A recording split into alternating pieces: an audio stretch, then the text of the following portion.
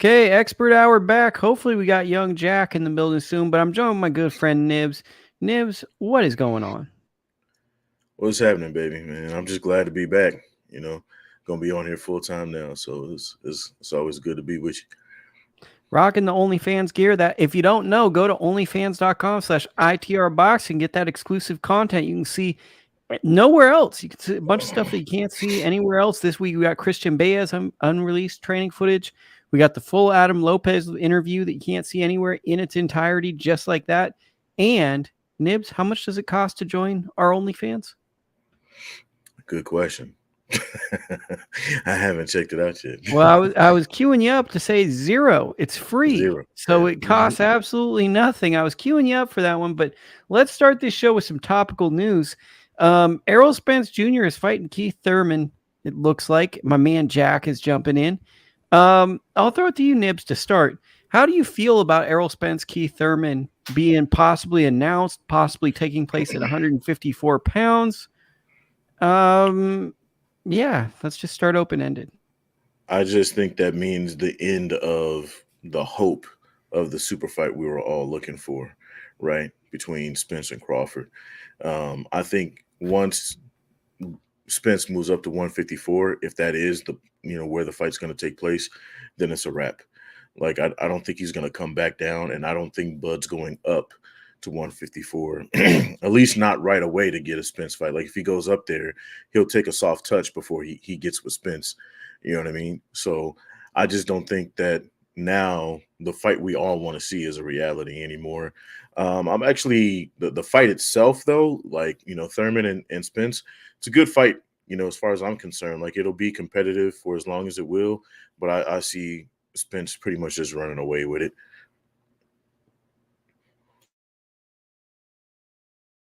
And Jack, as always, thank you for joining the program.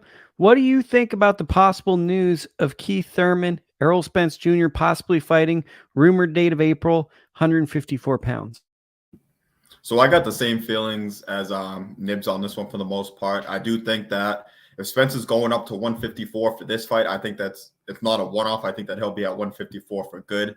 It's just too hard. Like he's been a career welterweight. Him and Keith both have, and Errol's talked about moving up in weight before. And if you're gonna move up, it's only gonna be that much harder than cut those extra 7 pounds off.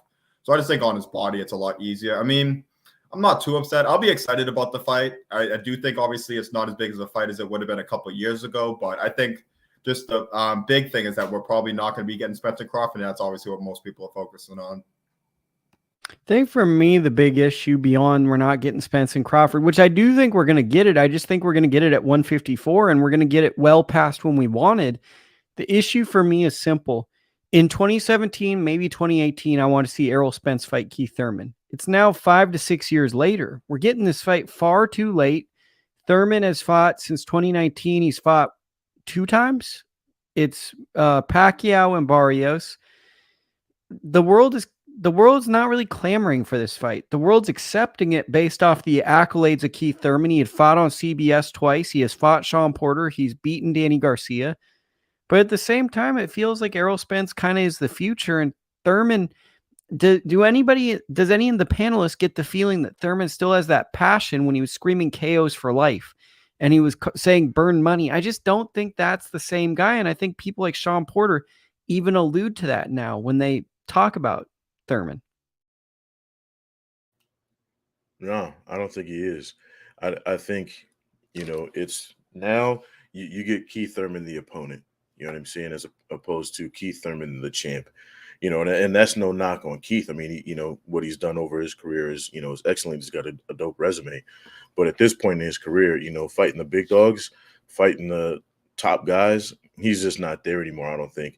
And I and me personally, I think that was proven in his Barrios fight. Like, yeah, he dominated Barrios, but that should have been a cakewalk for him. And Barrios gave him some trouble in spots that he wouldn't have given, old one time. So I just think that, if his last couple of fights, if we're supposed to judge him off of that, then Spence is gonna eat him up for lunch, bro. That's my opinion. Yeah, I mean, I think it's fair to say that obviously it's not the same Keith Thurman as it was the guy that was fighting Robert Guerrero and Sean Porter and those guys a bunch of years ago. But I mean, I am of the belief that if Keith has anything left, he's gonna show out, and it might only be for a bit early, and then Errol starts to catch up to him. But I think we will see a pretty good Keith Thurman if he does fight Errol. I think at 154 will help both guys not having to cut that extra weight. But I do think, and this obviously alludes to just Keith not being what he was before. I don't know if there's anybody who's really out there picking Keith Thurman to win this fight. Where back a few years ago, I think Spence would have still been the favorite, but there would have been a lot of conversation back and forth. But I think we all have the same opinion on Keith is going to box well early and stuff like that, maybe. But once Errol starts hitting him to the body and start really walking him down, I think he'll probably be in trouble. I think that's the letdown is we want to see Errol Spence in another fight like the Kell Brook fight, a 50-50 fight. Keith Thurman, at this point, I view him as more of a businessman than a boxer. He's a fantastic businessman, but we don't know in terms of accolades where his accomplishments rank up there with current boxers. I see the Thurman fight going a lot like the Ugas fight for Spence. You know what I'm saying? Like, Keith, like you said, Lukey and Jack, he's going to have his spots early. He's going to do well early. Spence might even let him, kind of get off a little bit for the fans, but then he's going to take over and, if not get a stoppage, it's going to be bad. You know what I mean? So, but, Keith Thurman is obviously going to come and he's not going to just lay down and, for anybody. I mean, he is still Keith Thurman, you know what I mean? He's still a dog, but again, at this point, I just think that he's fallen off a little bit, and he needed, again, to your point, Luke, he needed 100% of who he is to beat Spence. And I don't think he's there anymore, bro. I think he's probably like 85, 90, and that's just not going to cut it. Yeah, but I'm worried about his body too. Obviously, Keith's been vulnerable to the body. We've seen him. He does the trick that I give him credit for this, though, is he'll get hit to the body. He'll take his mouthpiece out and kind of run around the ring and kind of get his breather back. But I'm not sure if you can do that against Errol Spence. Obviously, we'll have to see. I think the big concern with me with Thurman is I don't get the feeling he's a year-round fighter anymore. I feel like if he's in the gym, he's taking a big fight. And that's a concern where I think Errol is still a guy who's still in the gym all the time and kind of going to his apex. Let's go over to another subject. The monster Inoue, Naoya Inoue, announced this week that he's relinquished all 4 of his world titles at 118. He is now a 122-pound fighter. Basically, everyone is calling him out. What are you like? How excited are you guys for the prospects of Inoue being at 122? There's a lot of big names there from Raiz Aleem, Stephen Fulton, MJ Alkamadov. Who are we looking forward to seeing him in the ring with in 2023? Yeah, so for me, I mean, obviously, I think Stephen Fulton is the one that we can all agree on. That would be the top one, and that would really mold a real pound for pound. They're both good pound for pound guys. Obviously, Inoue is in a lot of people's top 3, top 5s, even number 1. Fulton's on a lot of people's list now too. But that would just give us that big superstar for those lower weight classes. If you're not going to get Fulton though right away, I mean, I think Raiz Aleem would be a perfect fight. I think that he's a guy who's been looking for a big opportunity, and he's got some skills that could potentially pose some problems for Inoue. I mean, I'm not going to bet against Inoue in any of these fights, probably. I mean, a Fulton fight would be more of a 50-50, but I think Raiz Aleem would be the perfect kind of guy to introduce him to the weight class. Yeah, I mean, Jack's dead on, bro. Let's be real clear. Fulton's the fight, right? Like, if you move up to 122, everybody wants to see those 2 guys fight. I mean, there's the other guy who's got a couple belts. Was it Mujan or whatever his name is? I don't know how to spell his or pronounce his last name, so forgive me. But, he's got a couple belts, so that might be a fight that, he can take. But let's be real clear. Fulton is the guy, right? We want to see that fight. And, for my money, I'd pay a couple of times over to watch that fight, you know what I mean, at 122. So, that's really the only one I'm interested in. But there are, like you guys said, there are plenty of fights he can take that no one's going to be mad at him for taking. But, for me, Fulton's the fight. That's what I want to see. I think the problem some fight fans have had with Inoue is he's been fighting people that they don't know.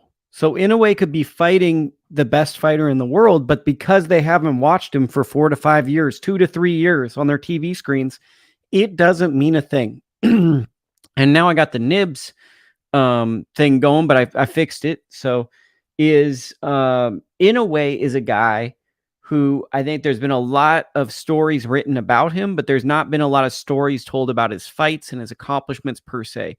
So I think moving to 122, we know how good Stephen Fulton is. We know how good Raiz Aleem is. We know how good MJ is. There's a lot of notable, solid, world-class contenders. And I think that now the world can kind of understand the unique talent that is Inoue, and we can see his true greatness fighting these fighters. Yeah, no, I mean, I'd agree with that. That was part of my problem when I had first got into boxing. Just I saw Inoue was really good, but I just, like you said, I didn't know much about his opponents. And then the more I learned, the more you see that they were either holding world title belts or they were number 1, number 2 ranked guys. So I started to get more respect on his name. But I agree. I just think for the whole sport in general, 122 and up is a lot more talked about. So, like you said, whether it's Fulton, Aleem, MJ, I think those will definitely be huge names for him and good names for him to get more popularity over here too. I mean, he's got obviously Japan. He makes a ton of money over there, but it would be awesome to see him break into the mainstream in the U.S. also. Just to piggyback, sorry to interrupt, Nibs, is the one thing everyone hates hearing is a guy that goes, "Hey man, this guy's really good. You need to listen to me. I'm smart boxing guy." And I think Inoue has a little bit of that where it rubs people the wrong way, where the fighter's absolutely awesome, but you got kind of the know-it-all fan kind of saying like, no, you got to see this guy. And the fighter's sitting in limbo like, hey, I'm just a fighter. I'm putting together. It's kind of the Golovkin disease, right? Golovkin, a badass fighter. Some of his fans really obnoxious. And I think that that's kind of what Inoue has suffered from, is that it's the super hipster boxing fan preaching the gospel of Inoue, but then maybe saying Tyson Fury isn't a world-class fighter or Deontay Wilder isn't a world-class fighter. I think that sometimes some fans can be off-put by that don't follow the sport day in, day out like us. I think that just comes with him being in the smaller weight class, right? Like you almost have to preach to people to watch the guys 126 and below. Like even Stephen Fulton isn't a household name, and he should be, right? Because, if you watch the way he fights, but he's in one of the smaller weight classes. Inoue is in a smaller weight class. So I just think people want to see knockouts. People want to see the big guys, right? And even though Inoue can knock people out in spectacular fashion, he's one of the little guys. I mean, think about it. Look at Pacquiao. Pacquiao didn't start getting any love until he started fighting, the other big name guys. And when he was a little guy, nobody paid him any attention. Even Floyd, when he was, at 130, he didn't start to get that love till he moved up. And these guys were superstars, they're still the biggest names in the sport, and neither one of them are actively boxing. So, I just think it's the smaller weight class killed him. So I think him moving up is gold for him, and it's gonna, it'll make us having to stop preaching so much, because maybe people will start paying attention, especially when he fights those other name guys. Are we going to be in a situation soon where if Inoue picks up another belt where he starts to get compared to Manny Pacquiao? Or do you think that he's such a different fighter that comparison won't be ever, we won't really deal with that? Because I'm torn on if people are going to start making the Inoue to Pacquiao comparison. I mean, I can see where you're coming from with that. I just think they're very different styles, and it's hard to compare those guys. But no, I can see the points in that. And if Inoue were to go to 122 and then 126, if his power carries up, that was the big thing with me, is that his power carried himself all the way up too. If Inoue is able to do the same thing, then no, I can see that. I do think they are different fighters at the end of the day, different fighting styles. But no, I can see where you're going with that. To Nibs, I think you hit the mute button. Yeah, I did. So yeah, I mean the comparisons are going to be there just because again, the weight classes, and if his power does carry, those comparisons will come. But yeah, I'm agreeable with Jack that I think that they're different enough to where we won't do that, but casual fans are going to put them together. You know what I mean? Casual fans are going to be like, oh, he's the next Pacquiao. It's like, nah, he's Inoue. You know what I mean? But I really do think, and Jack touched on it, but I do think it's paramount that his power carries up, because if his power doesn't carry up, then he can be in some trouble, because you got some really slick boxers at those upper weight classes that can maybe neutralize him. But if his power carries with him, everybody in the division needs to watch out. I think my comparison is Nonito Donaire. He feels like the modern remix of Nonito, a big little man that has gifts that we don't usually see at these weight class, which are power timing, speed. That's who Inoue has always felt like to me. I like that too, because obviously Inoue, he has the speed and the power, but it's the timing, I think, that gets him a lot of these early great knockouts. So he just kind of, it's just like the way he comes off, he just flashes those punches. It's the perfect timing. Because the speed and the power are big too, but I would agree with that, because Nonito always had great timing also. Yeah, I mean, that's actually a pretty spot on comparison, to be honest with you. It's more spot on than the Pacquiao comparison. But I think he's even better than both of those guys, off of the eye test. Now I could be wrong again, because we have to wait and see, right? We got to wait and see what he does at 122 before we start saying, hey, he's the next or best, or he's this, that, or the other. If he gets up to 122 and does what he did at 118, he's got my vote. You know what I mean? Sign him up, give him a jacket, give him his bus. Well, I mean, I think he's already a Hall of Famer. I think my issue is we forget how great Manny Pacquiao was. Like, I mean, he's probably one of like the 15 best boxers ever, and we're just remembering like old Manny beating up like influencers on DAZN now. But like, to me, he's in the Nonito era. Like, he's right with Nonito. But to get to the Manny Pacquiao stage, he has to really become a cultural star. Like, he has to be a world icon, in my opinion, to get to that point to compete with Pacquiao. Yeah, no, I can see that, because I see what Nibs is saying about just off the eye test. And I think, I mean, you can look at Inoue, and one thing that does get underrated a bit by Inoue is his boxing skills. I mean, obviously, he's got the power, he's got the timing stuff, but he is pretty good. He's gotten a lot better, especially, I mean, the first Nonito fight, he got hit a lot. Obviously, he had the orbital bone, but he's kind of shored up a lot of things since then. And I do think that, I mean, the sky's the limit for him. I think what he needs, right, is he needs what all those other guys did, right? The Floyds, the Pacquiaos, Gervonta even, right? Even though they are superstars, nobody knew it until they got on another superstar's card and did something spectacular, right? I'd like to see Inoue get on like, one of these bigger cards and then put on a show, and people be like, oh, wait a minute, because, he just needs more eyes on him, I think. I mean, he's not fighting on these bigger stages, or, I don't know why that's been an obstacle. Maybe you guys know more than I do on that, but I think, once he gets into the position where he can get more eyeballs on him, I think people will have to like him, right? Because if you like boxing, you're going to like him. That's just the way it is. Yeah, that's the one problem that I think, just for American fans too, is that in Japan and stuff, he is in the spotlight, but he's also fighting on like a Tuesday morning at 5 a.m. or 2 a.m. West Coast time. So I think that's what the big problem is. So I agree with that. If you're able to get him on a card more around the prime time for us, it would be easier for us to watch. But I mean, at the end of the day, he's making all his money. He's making tons of millions over there. So obviously, I'm not discrediting any of that. But I do see your point. If he's going to be a bigger star in America, those are the things that we would like to say. Devin Haney just tweeted out PPV popcorn eyeball emoji on Twitter.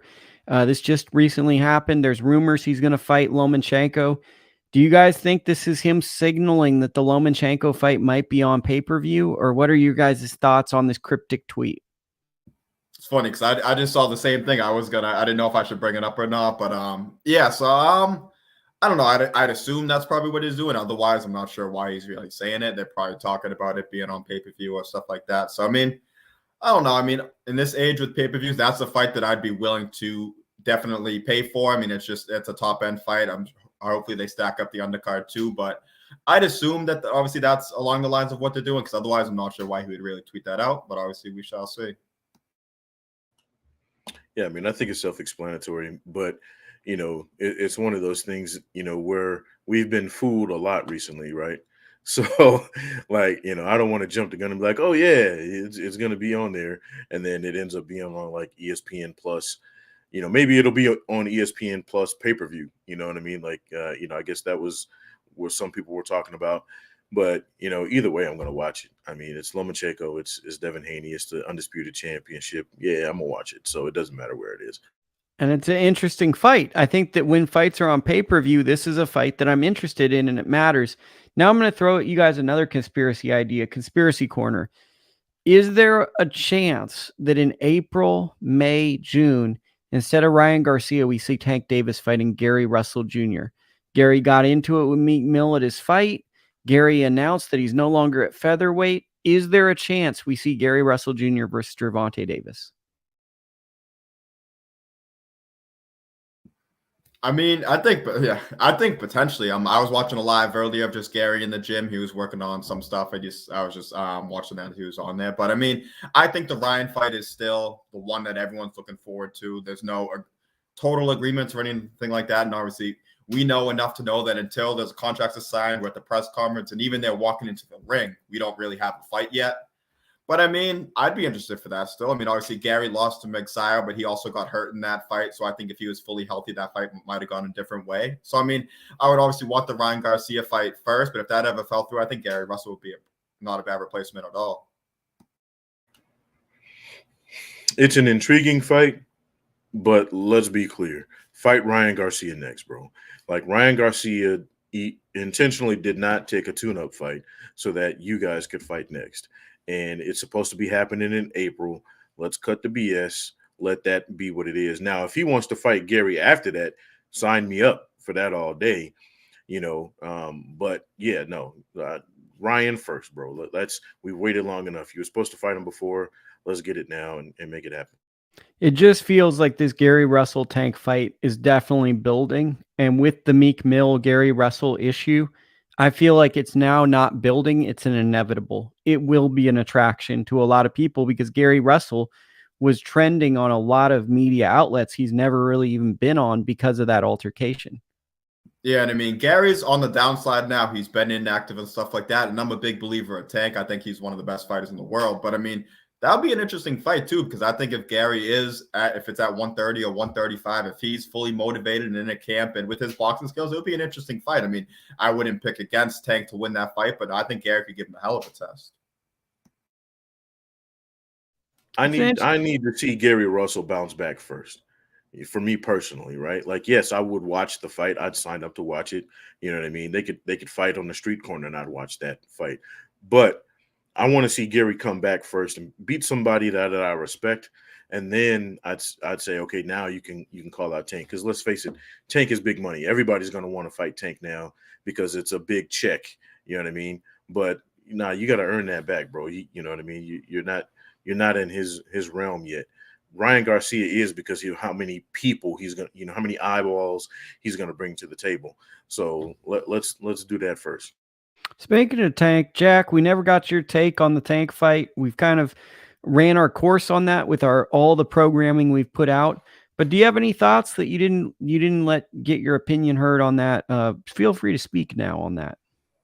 Yeah, I mean, I think it was a good fight overall. Obviously, it's gone the way that most of Tank's fights have gone recently, where he so I gave Hector Garcia the first 3 rounds, but even some of those rounds were swing rounds. Like the first round, neither guy really did much.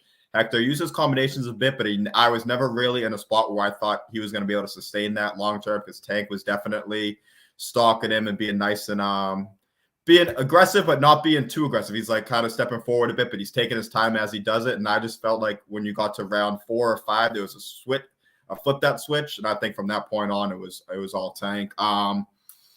So yeah, he obviously got the stoppage, which is what he does, and which is what I expected him to do. But I mean, it's always impressive to see it happen that way. And I think just that the fight I've never seen this happen. I don't think you guys have either. But to have the fight stop for the whole Gary Russell Meek Mill situation was interesting. Clearly, even both guys kind of didn't know what was going on. But right after that, Tank, they both went back to fight, and Tank locked in and got the job done. I think it's interesting.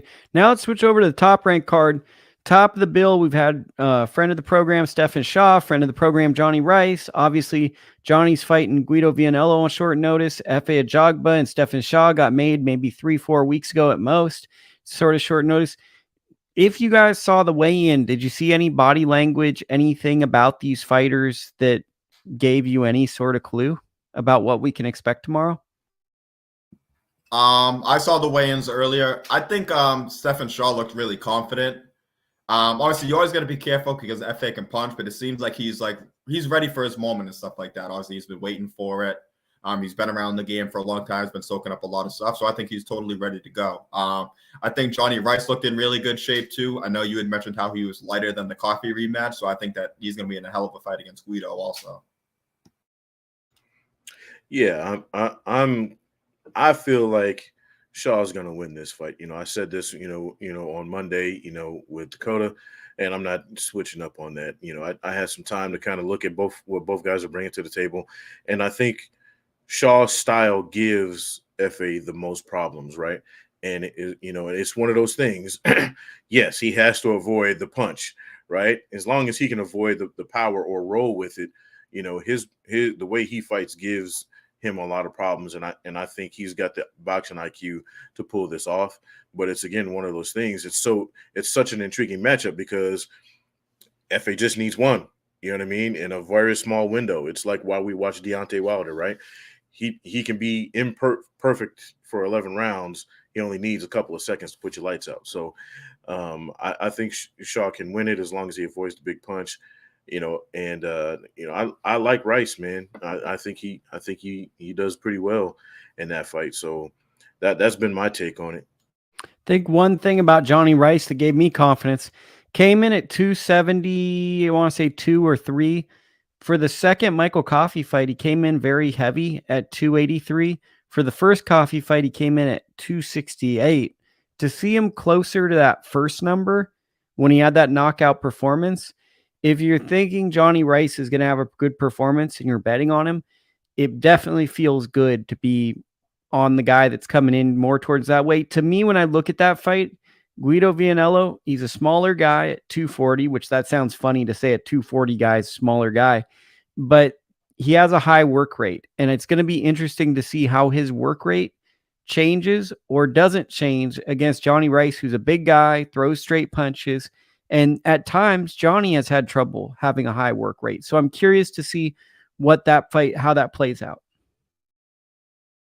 Yeah, and obviously Guido he had some trouble in the Kingsley eBay fight. Obviously, this eBay is kind of a bigger, stronger guy also. And Johnny Rice has had trouble with big, long, tall guys with amateur pedigrees also. So it'll be interesting. I mean, I'm backing Johnny Rice to win, but I think that's going to be a good fight that could go either way. I just think Johnny's got too much experience for him. I think this is a fight of experience. You look at Guido, he hasn't fought a ton of veteran opponents. He sparred good people, but he hasn't fought those guys. Kingsley eBay fight, that was one of those where you probably were holding your tongue and biting your fingernails. If you're a part of the team, you get the decision, but it didn't leave you with a good taste in your mouth. Didn't give you that, what was that called, Mr. Tab?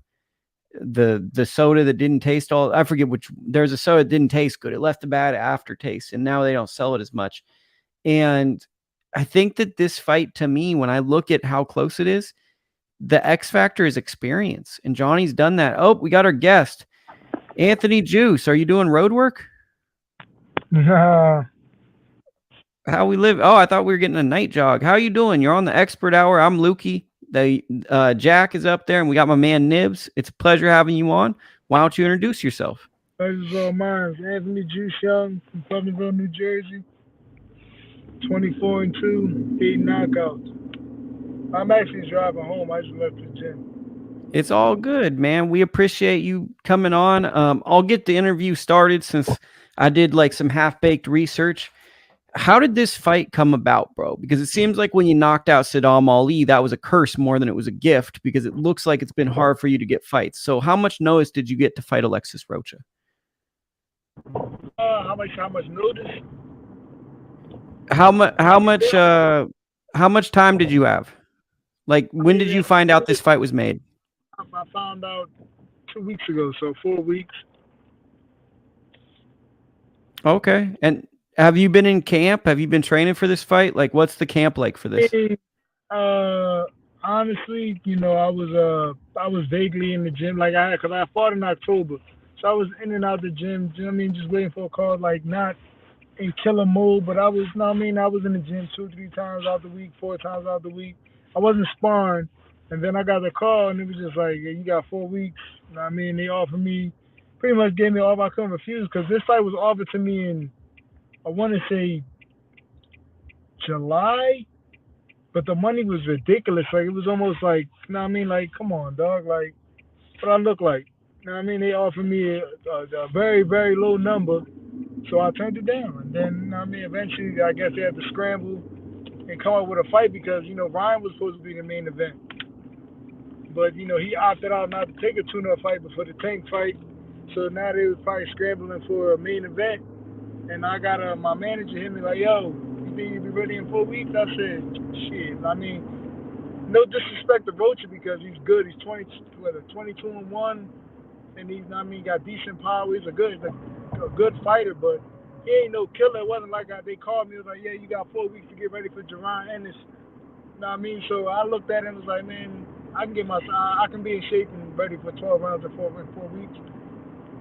So that's how that fight came about. But like I said, I'm ready for whatever. Talk me through that Sadam Ali fight, because I feel like that was your breakout performance. What changed in your camp for you to get that win over Sadam Ali? To be complete, nothing really changed. Like coming up in the amateurs, like he was one of the people that I looked at. Like, I started late. I started at 19, so the minute I got like hooked on the boxing, I'm on YouTube every day looking at the top 8 people in my division. I think I fought 152, but he was at 140. If I can be 40, I can beat him. So I always felt like if I had the opportunity to fight him, I could beat him. And then I seen him fight Cotto. He won, but then he fought Jaime Munguia. And I really don't think he should have took that fight. And a lot of his confidence was taken after that fight. He fought Herrera after that, but he wasn't the same fighter. And I knew if I just applied pressure to stay aggressive and stay on him, that I was going to eventually bring him down and get him out of there. Like, he didn't have a will. It didn't seem like to me he didn't have a will anymore. And the minute he got a soft spot to lay down, he was going to lay down. The ref stopped it, but he didn't throw a punch for.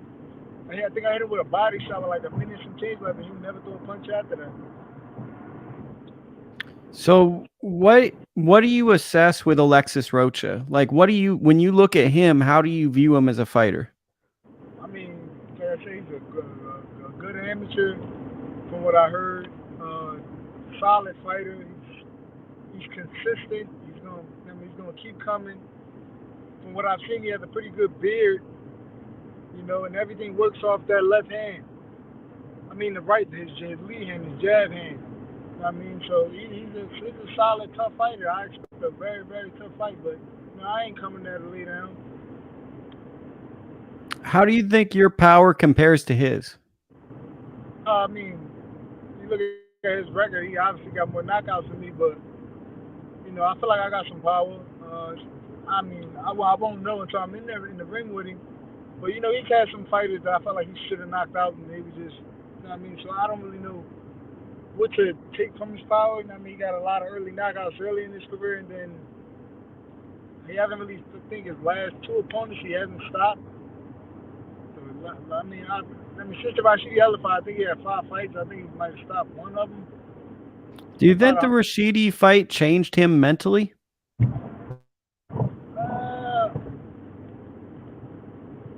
Maybe. I personally don't know. I would say it did. Like, nobody likes losing, so mentally it definitely changed. It had to change him unless he's okay with taking L's.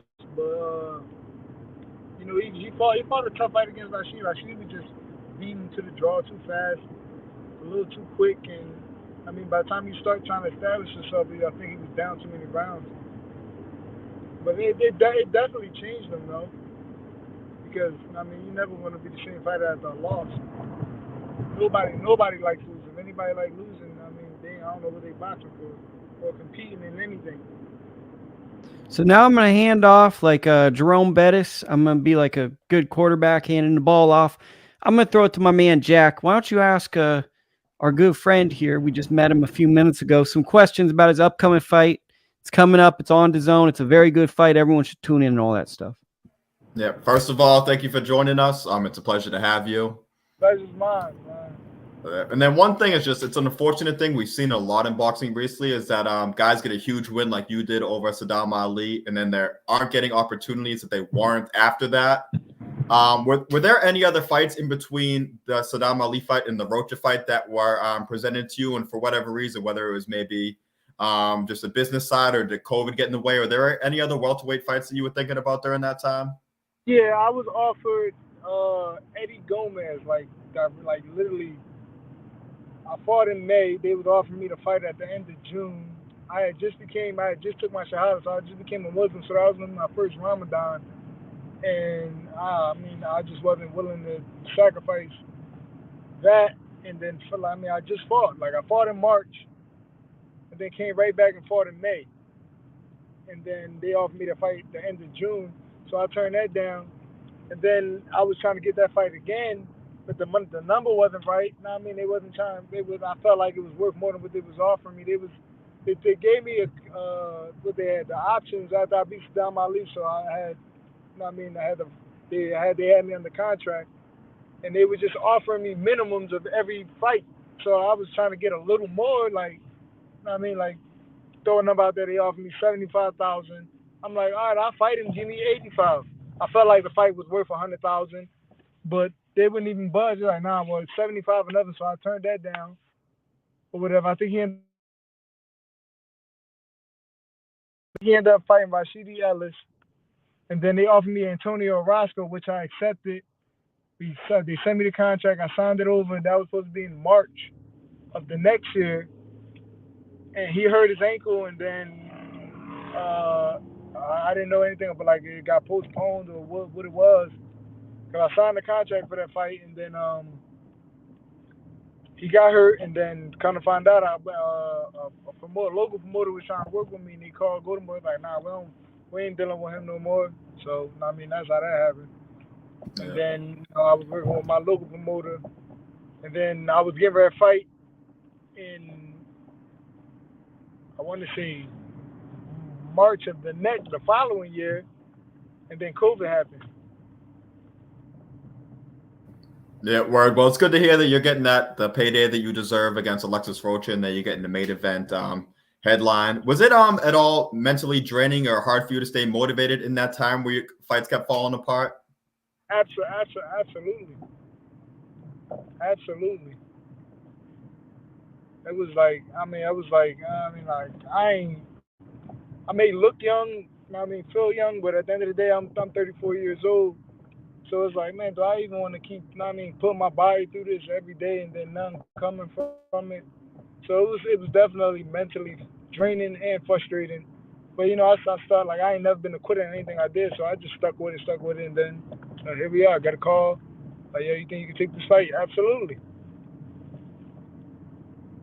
Yeah.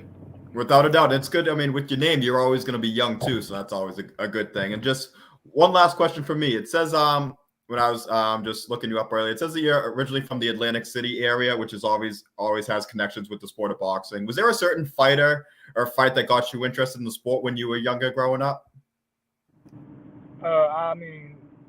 Mike Tyson always fought in Atlantic City, but he was one of my favorite fighters growing up. But I was playing other sports. I was playing basketball, football, baseball, but I always wanted to box, but just never knew how. I was so good in football and baseball, but I didn't know how to let them go. And obviously, football and boxing don't mix, because here I am trying to get bigger to play running back, and you got to lose. I can't fight at heavyweight at my height, so it's like I could never box. And then when I went to college, got hurt. But you know what? I'm gonna get this boxing thing to go. I started at 19, getting ready to turn 20 in a couple months, and I was terrible at first. Just stuck with it, and hey, here I am now. Mr. Nibs, do you got any questions? Of course. Juice was good, man. Appreciate you being on the show. Yeah. So, real quick, my first question, and I only got a couple for you, bro, but, you alluded to it, you're 34 years old. You've been in the game for a little while now, started back in 2011. What are you hoping happens off of the back of this Rocha fight, right? Obviously, you're expecting to get a dub. What do you expect to happen from here? Like, what are you looking for after this? They ain't gonna be able to just tell me, once I win, they ain't gonna be able to tell me, oh, well, I'm setting the bar now. Like, nah, yeah, there's 2 times I fought y'all opponents, y'all fighters, beat them, and y'all just trying to control everything I got going on. Nah, I ain't, to be honest, and I mean this wholeheartedly, like, if they ain't throwing numbers at me that I feel like I deserve or asking for, I'll walk away. Ain't no need for me to be going through all this and y'all trying to throw pennies at me, like just and then I mean back to the first question about the fight being presented to me. When they first offered to me in July, they said 25,000. I said, come on, man, I win that sports betting in Atlantic City. They're gonna offer me 25,000 for 10 rounds against a fighter that just got paid 175,000 and his opponent got 100,000 when he fought Blair Cobb. Y'all gonna offer me 25,000? So if they ain't throwing numbers at me that can, I mean, potentially change my life after this win, I mean, because I already know what they're trying to do. I mean, it's obvious. I mean, the writing's on the wall. They looking for an opponent for Virgil Ortiz. So if me or Alexis, whoever wins between us, they're gonna be trying to line them up with Virgil Ortiz. And if they ain't throwing no number at me, that I feel like it's worth fighting Virgil Ortiz on a main event or a pay-per-view or whatever they want to do, then I mean, like, they can kiss my ass. And then, you know, to kind of, I mean, you kind of just walked right into my next question, which is, you know, do you feel you're ready for the Virgil Ortiz's, the Boots, or, you know, somebody, you know, in that top 10 contender list, or even, you know, one of the champs and the division? Like, you know, where do you think you fit in that picture? I mean, to be completely honest, if you give me 10 weeks in enough time and you throw me an offer that I can't refuse, I feel like I can beat anybody. I mean, don't get me wrong, there's some fighters out there that most people are avoiding and you should avoid. Jerron Boots Ennis, Terrence Crawford. I feel like those are people that, I mean, you shouldn't be signing up to fight for no money. But if the money right, I will fight anybody. And Virgil, I like Virgil. He's very explosive, young, can crack, he can fight, but he got holes in his game. We seen that when he fought Kavalauskas. I mean, like, he a little chinny. He's just so offensive that you don't really see the holes in his game. But if you put him in there with somebody like Jerron Ennis or Terrence Crawford, I mean, like, he would get exposed. And I feel like, I mean, I have the goods to expose him if I was to fight him. But don't get me wrong, like, he's lightning in a bottle. He's very, very explosive. He throws with bad intentions. He's snappy. But, you know, like I said, like, he got holes in his game, and nobody's invincible. Anybody can be beat. And then my last question, you know, boss, is, you know, again, you know, because, you know, you are getting up there. Where do you see life after boxing, man? Like what do you think's next after, you know, after your last big fight? You know, I just want to spend time with my family. My girlfriend, she got 2 kids that I treat like my own. Start my own family. I do a little coaching, kids and youth coaching and football. Like in the summertime, you know, I got a little camp. We got the juice. We got the juice camp and the skill positions, and I work on their skills. You know what I mean? Like, so some type of coaching endeavor. I probably go back to school and get my credit so I can actually coach on the high school level, and then just work my way up from there. That's pretty cool to hear, Juice. I got a couple more for you. What happened in that Luis Sanchez fight? It says it was I think I'm looking at it. It says there was a split decision 8-rounder in Atlantic City. What was going on with that? Midnight Luis Sanchez.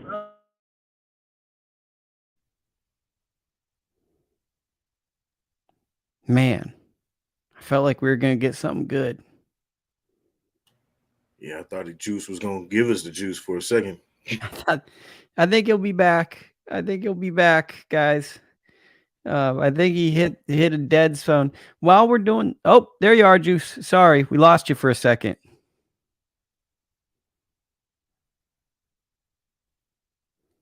Oh, we don't have your audio, Juice.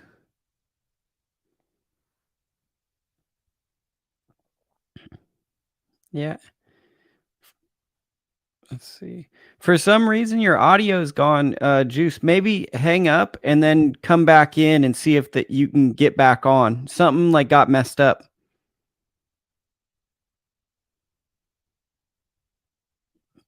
Can you guys hear me? Yeah, you're perfect. Okay. Yeah, Okay. you're So all set. I'm not trying to be weird here. I'm just trying to be good, helpful host. Speaking of which, after this show, Friday the 13th is when we're taping this. If you're hearing this on a delay, I'm going to watch the movie Sick on Peacock. We have no sponsorship, but I'm excited to see it. Have any of you fine gentlemen seen that movie? No. Have any of you even considered or know what this movie is? Not at all for me. Okay, I don't know I'm if Nibs is glad that different, I'm but- glad it's a well-versed show. I'm glad we have such topical assortment of things we can talk about, but I'm excited to see it. It's a COVID-19 horror film. It's quite good. Trying to kill time to see if Juice comes back. I kind of wanted to hear the answer to that. But if not, people should go out and support him for his fight. Oh, here we go. We got Juice. There he is. Okay. Okay, let's see if I can hear you. You can hear me? I can hear you. So what the heck happened, man? Not with the phone connection, but in that fight. I mean, it was just a tough, rugged fight. Whether I wasn't really, not making no excuse. I wasn't too motivated for that fight, and I had a lot going on. Injury, car accident, 2 weeks before the fight. So I went a week and a half, no sparring. Then I sparred the week of the fight, like 2 days before the weigh-in. Really was, just like, that was just, to me, that fight was just all guts. Like, I really just won that fight off heart and guts. Like, looking across the ring, looking at him like, you don't want it more than me, and I'm going to gut it out more than you. How does your football mentality come into play in boxing? I maybe just competitiveness. I mean, it ain't really come into play far as like anything other than that. Like, I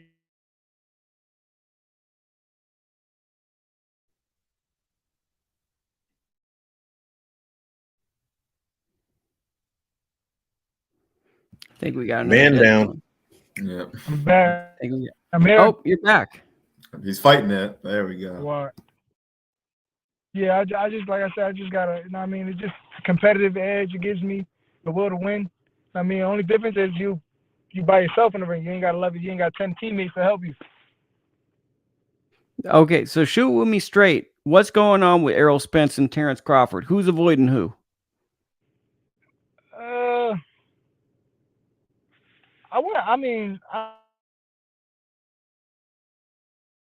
That's the worst time. This is like the horror film. Like, I was gonna say It- that's a good one too. Mm-hmm. Right. His phone was like, nope. he's got the anti-controversial question app. It's like, nope, I don't want to make a headline. But yeah, that was kind of the one. But I think he'll be back in a second. Are there any other topics you guys want to touch on this show? Haven Brady missed weight today. The fight's still on. There's some good fights. Apparently, Mary Pierre something or another fought in Jake Donovan, who reminds me of Jack. Like, there's a guy that fights on the Top Rank card that looks just like Jack to me, but smaller, named Bryce Mills. Apparently, there was a bad robbery on an ESPN Plus card tonight. I think we've covered most of the show, and we'll see if we get Juice back to finish the interview. But if not, I think we'll have a short show. Kick up our feet. How do you guys feel? I think this was a cohesive almost hour. Yeah, no, that was good. I think we got right into it and we covered we covered last week's fights, we covered the news and stuff, and we also covered this week's fights. But we'll see. It seems like he's back, so we'll see if he can answer your question. I'm back. Okay, guess who's back? So give us your take on Spence Crawford. I don't think nobody's avoiding anybody. It see it from like on the outside looking in, it look like Spencer's trying to avoid him, but I just think it's all business, and it could be Al Heyman for all I know.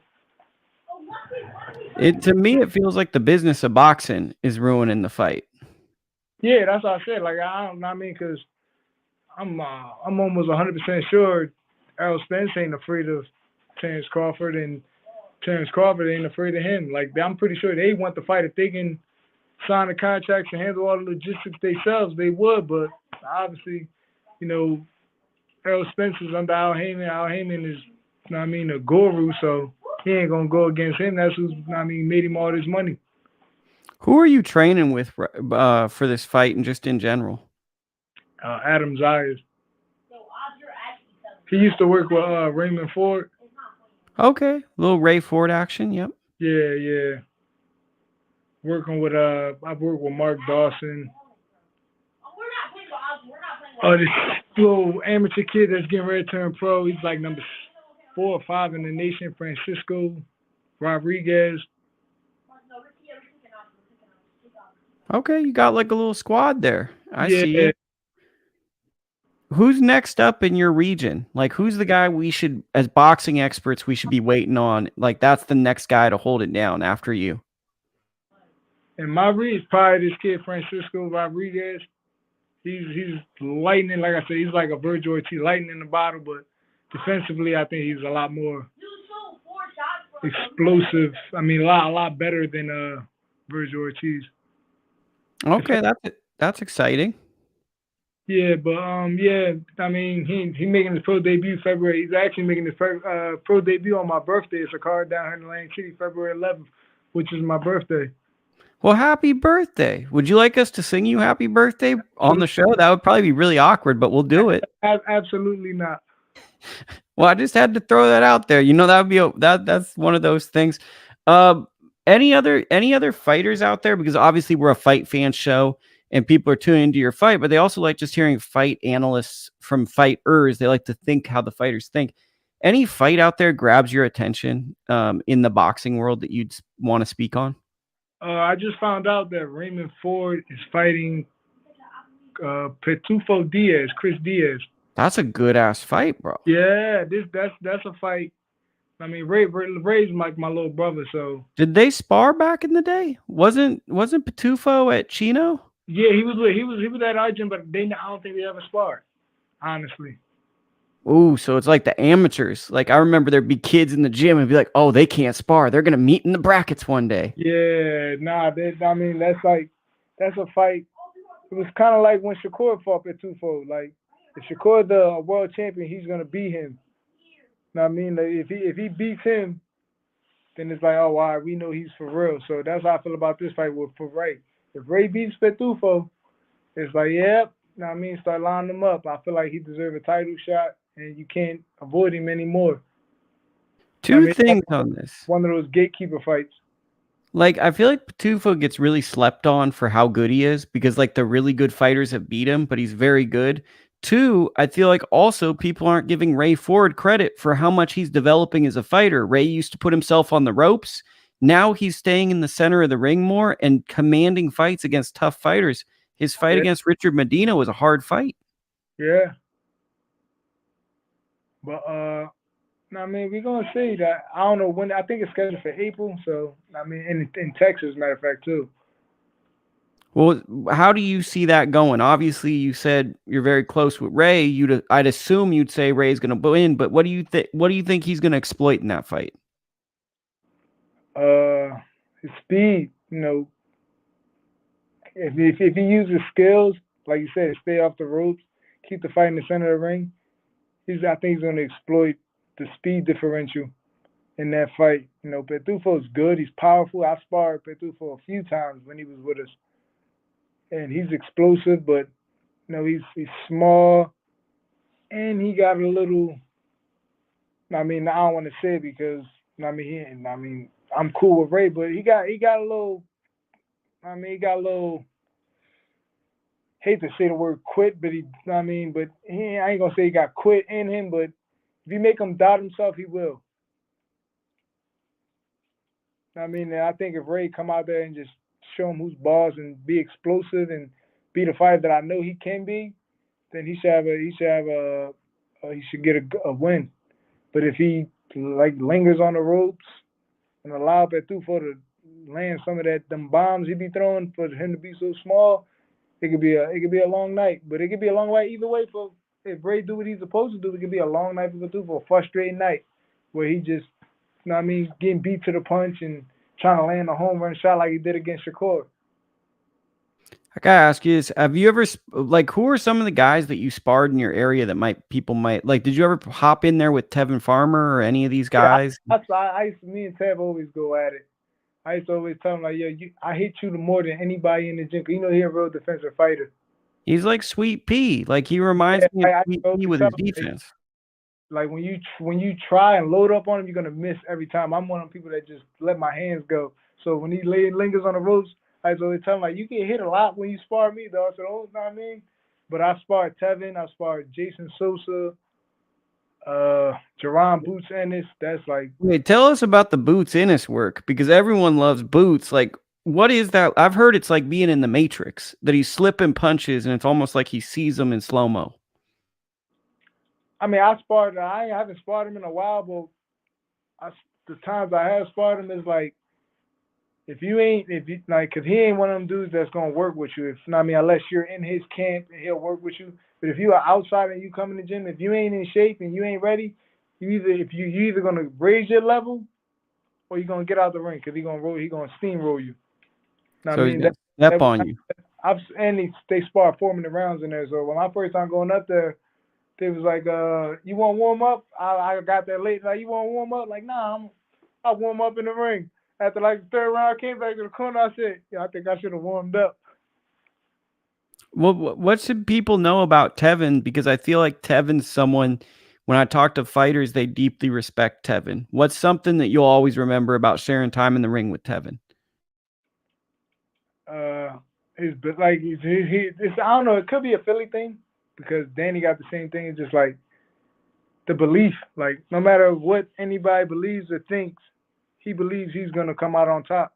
That's the same thing Danny told me one time. Like I've sparred Danny. I've been in several of his camps, and Danny was like, "Man, it don't matter what nobody say. What these writers write. As long as you and your team believe, that's all that matters." Dude. His phone hates us.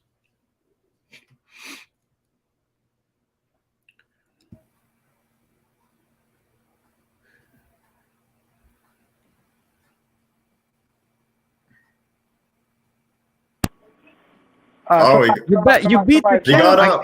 Yeah, he got up. He got that. He got up. And my girl's calling my phone, and I'm ignoring it. She probably like, "Nigga, why you keep ignoring my phone?" Oh, I gave you a standing 8 count, and you beat the count. You beat it at 9. I seen you, but yeah, no, I mean that's one thing I can take from Ted, just that belief, man. Like no matter what, believe in yourself. Like I said, it's maybe a Philly thing.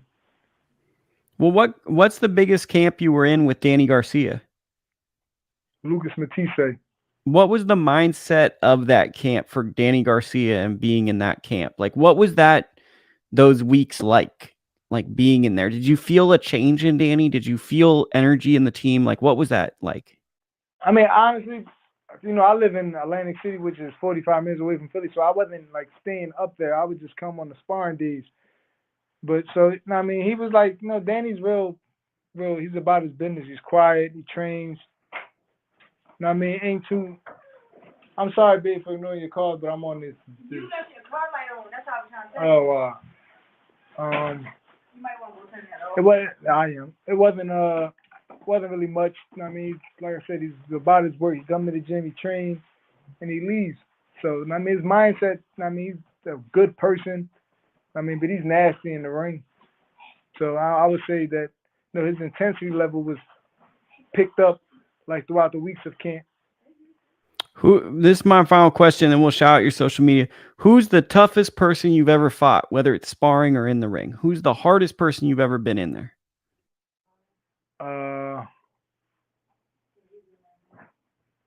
There's two of them.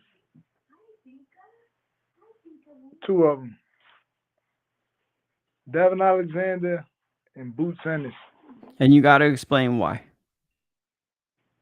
When I went to camp with Devin, the ring was literally like the size of my kitchen. It was small, and it was just like he's just like so. Know what I mean? It's like really giving you no time. Like you can't go nowhere. Know what I mean? Like you can't move around the ring. The ring it was like literally like a box. And he was just so fast and accurate and sharp.